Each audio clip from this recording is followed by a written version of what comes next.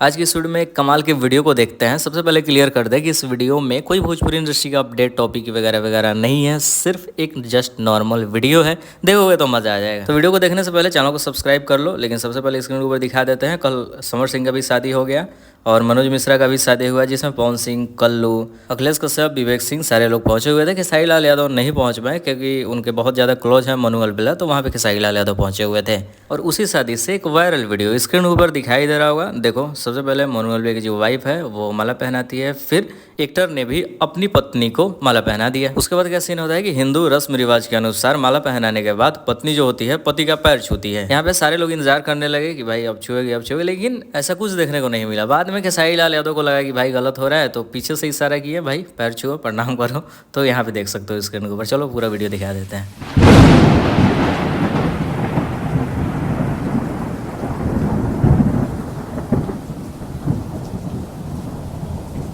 तो ऐसे खेसारी लाल यादव के इस कारनामे के बारे में क्या कुछ कहना चाहते हैं अपनी बातों को लिखे। बाकी कोई अपडेट नहीं था, जस्ट एक नॉर्मल वीडियो था, मैंने सोचा आप सबको दिखाएं। तो बाकी शेयर कीजिए वीडियो को, मिलता है नए वीडियो के साथ।